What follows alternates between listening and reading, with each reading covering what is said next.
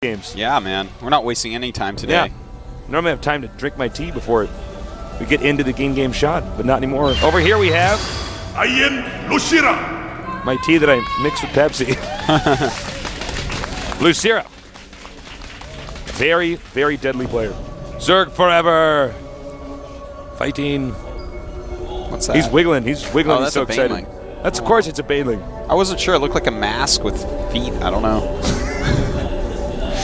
In the bottom right starting location, Lucira's opponent. And it's also Sage. Sage. Quite Sage. Well, the scouting has begun, Tasteless, and they're both going to scout each other first with an Overlord and with a probe. and luckily for Sage, it's he's going to find his opponent right away. Yes, indeed. That's always very useful. That's going to allow him to go Nexus first instead of Forge first, and anytime you can do that, that is a +1 into the Protoss category. Can't do it if you don't scout them, because then they might have a quick pool. People do that sometimes, Tasteless. It does happen. Now we have the drone coming out here to plant the hatchery. The probe can deny that. Cannot just build with another unit in the way. And now we have little Star of David that he's going to be making around here. Making a lot of pentagons. Yep. Now, as you can see, a frustrating moment here for Lucira right at the start with Sage just denying that. This is something, if you're not very highly ranked in Starcraft, you should always be doing stuff like this. It actually takes a very good player for this not to die. Screw up their build. Indeed, that's quite true. Now, in the meantime, a Nexus has just been started. The pool is almost done, so Lucira's going to have to get that expansion up pretty soon. Of course, if you really need to get this expansion up quick and a probe is down there, you can always bring down another drone, but then they might pile on. Stuff gets messy. Yeah. So you might wait for some Zerglings. I always pylon. If they have like more than one drone down there, I'm just going to make a pylon. And in fact, he might just send the drone to another location to expand. Oh, and the drone actually just slapped him on the back. Tastes killed him. The drone said, "Enough! No! You can't stop my dreams. You can't stop my dreams of becoming a hatchery. This is my choice." And it looks like the drone might go out and take a gold. Oh, very sexy. Yeah, and I mean, that's fine, man. Kind of like what we saw Fruit Dealer do against Slayer's Boxer at BlizzCon. Yeah, we've seen Sen do this a lot against MC at the NASL Finals as well. Yeah. And, well, Sage is getting his cannon up, and the cannon is actually just slightly late. Yeah, this is actually Sage really actually just screw up. Yeah, he oh really my screwed God. up. Not just a little screw up. Oh, never mind. I'm stupid. I thought that was a little bit too much to the I know. side. I thought the exact same thing. I thought that actually wouldn't fly. Yeah, Sage would never do that to us. But no, he had the placement exactly right. I thought there was going to be a hole into that cannon. Anyways, let's pretend this never happened. All right. Now the cannon is up. You will make a Cybernetics core there ASAP. Started both gases in his main already. You can basically copy Sage's build down to the T if the Zerg goes hatchery first. If the Zerg goes pool first, you have to be careful how early that pool is. Yes, exactly. You have to be very careful on that. You got it. But if you see him doing a standard econ game, then you really got to do stuff like what Sage is doing right now. I'm excited to see what he does end up doing now. The drone's going to go ahead and get those gold minerals going. He is getting that third base as well before a gas. So Lucira is going to go with the most insanely quick big economy. He's getting more queens. He's just droning up because he can't really be attacked yet. Now, there is a Zealot on the way for Sage, and there's a cool little thing you can do. Because they don't get gas, you can make a Zealot and then also a Stalker real quick thereafter, and actually start to harass, because they are really good. so light on lings. And even if they're slow lings, you can kind of get away anyways. Yeah, a Zealot and a Stalker combination together can kill off quite a multitude of Zerglings. And you can also just do little things like try to take out Overlords that might be on the map. A Queen perhaps. There's a lot of things you can do. Now, Sage has started his +1 attack. He is getting a third geyser. I'm surprised he's putting the Twilight Council there, where like you could just run up the ramp and see it. I mean, I suppose that's the last place I guess a Zerg might think to check, you know? Yeah. But still, it is an interesting I'm just sort of surprised with that. I have to think about that more. Well, we have the Zealot in the gold drone line, and he's already killed one drone. We need to get a shot of the Zealot here in the drone line. Yep. Well, he's left the drone line now, but you got to believe us, it really happened. Yeah. Anyways, he withdraws after just slightly harassing the economy. And these are little moves that you can do to try to build your way back into the game. We do have speed and +1 started for Zerglings. And 5 gates being thrown up by Sage. So this is interesting. He might be trying to hit... I'm trying to figure out exactly what type of time he's trying to hit because... Oh, charge! Oh, weird. Oh, my God. Okay. There are some cool builds you can do with this. One does include Archons, and I'm hoping that's what he's going to do. I'm hoping that we're going to see a No, I think High Templar. we're absolutely going to see Archon, Zealot. Yeah, not a DT Shrine, but a High Templar Shrine. That's what I'm hoping to see. He's getting that +1 so he can completely demolish Lings. And if you hit a really sweet timing with Charge Lots and Archons, it's hard for even Roaches to stop it. Because Roaches one-on-one against Zealots, they actually don't do well at all. But it's all in the microing, so the charge is going to help out immensely. The late layer from Lucira is going to punish him because he won't have Roach speed as quickly as well. And there you go. He's absolutely going for it. This is actually a build that was used... well, very similar to a build that was used in StarCraft 1 in about 2006. Oh, that's true. Yeah, you're quite right. It's the same build. Yeah, and then there was a variation that they did of this where they would get armor first instead of +1 attack because Zergs were actually responding with +1 armor. Yeah. So then the Protoss would just get +1 armor, so it nullified their...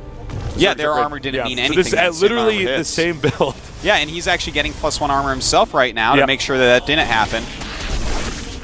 And with that +1 attack, that's all it's ripping through Zerglings. I'm loving this Tasteless. I'm like going crazy right now. Well, this is just... And the beauty of the build like this is that it's so easy to economize it perfectly because the Templars eat up all the gas, the Zealots eat up all the minerals. It's very easy to macro. You just have to... I mean, you have to go back a little bit more because the Zealots build really quickly, but it's easy to control and easy to macro. Yeah. It's a great build. And it is the perfect response to anybody who's going to go for a 3-base build for Zerg. Well, I cannot wait to see how well he does with it. In fact, he's going up to meet with a couple Archons and some Zealots, and I don't see Lucira actually living through this very well, as these do have +1 with the +1 armor on the way. The 2 Archons are going to do insane damage. In fact, they one-shot Zerglings right now with that +1, and here we go indeed. Not a terrible angle here for the Zerg. Yeah, no, that's the best angle you could have ever gotten, and that is a lot of Lings, I think it's even enough, though. The Archon's getting low. Well, those 2 Archons now taken out.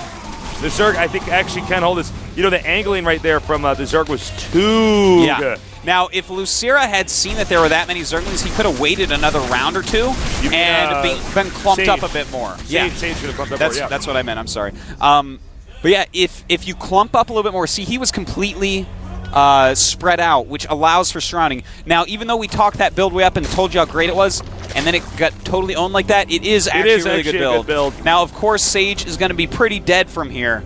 But yeah, Sage actually, I think it's just lost. The problem when you do a build like that, well, not the problem, the burden when you have a build like that is you have to have everything angled absolutely perfectly. Yeah, you want as little surface area as possible. If Zerglings can actually surround your Zealots and Archons, then they don't do as well. I mean, that's a lot of DPS coming in from the Zerg, a lot of damage per second.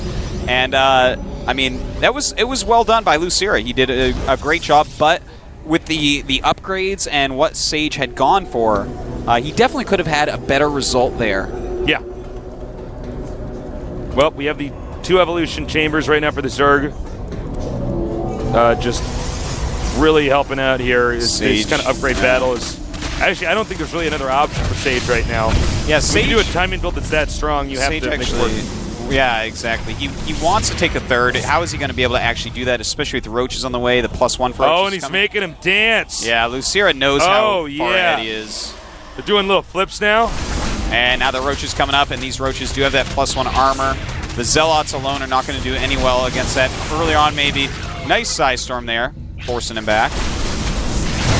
But, you know, at this point, seeing the Psy Storm, what Lucira actually has to do is go ahead and upgrade Burrow. That's like a great counter to the Psy Storm.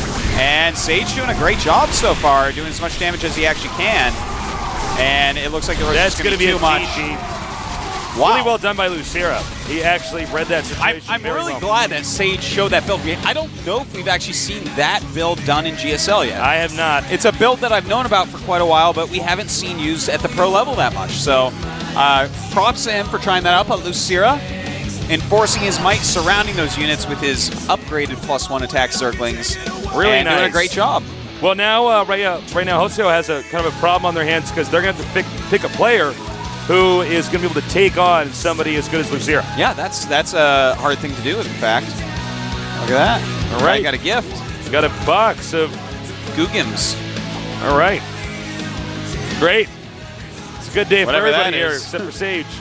Yeah. So, don't count NS Hoseo out. They're very good. Oh, no, but they have a deep lineup, man. this is a tough situation, though. Who do you put against Lucira? That's a really because good- that's a really they good already question. they have Nestea now. For some reason, they haven't been using Nestea, which is really weird. But you have to have, but I mean, you have to treat Lucira like he's the best Zerg in the world. You have Exactly. to pull out every stop to kill him.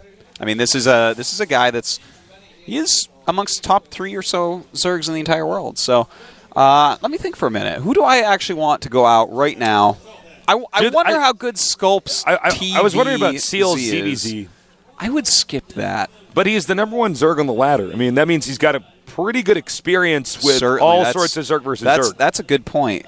That is a good point. In mirror matchups, if you have a guy who's really, really high ranked on the ladder, I think which I is would- he's playing against all sorts Yeah. of people, and he's still very consistently good, I think I might save him for MVP though. But it's a good point. I would go with Seal. Yeah, I'm trying to think of who their best They Zerg might not sniper do will that, be. but that's what I would think. So who's it going to be? I don't know, man. This is a hard choice. They have a huge range of players, but I'm not sure who their best Zerg sniper is on NS Yeah, Hoso. I really don't know. Is that Tassadar? I think it's Skull. Oh wait, no, maybe I it's think that's Tassadar. Tassadar. I don't know all the faces of everyone.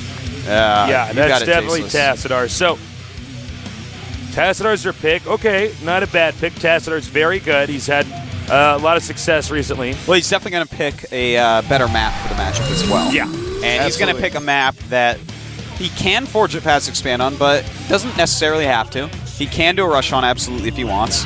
And that map, Tasteless, is going to be Dual Sight. Dual Sight is not a bad map, I suppose. I think if he tried to drag the game out into a macro game, I could see a Protoss winning that as long as he can handle Zerg drops and Nida swarming. Very true. I mean, the map has a limited number of expansions. It's got several different paths you can go down, so creep spreading is going to be a little bit harder. Yeah. I'm interested, man. Let's see what type of ability pulls out. All right, we're going to have a 5-minute break, and when we come back, we're going to have Lucira against Tassadar. Stay tuned.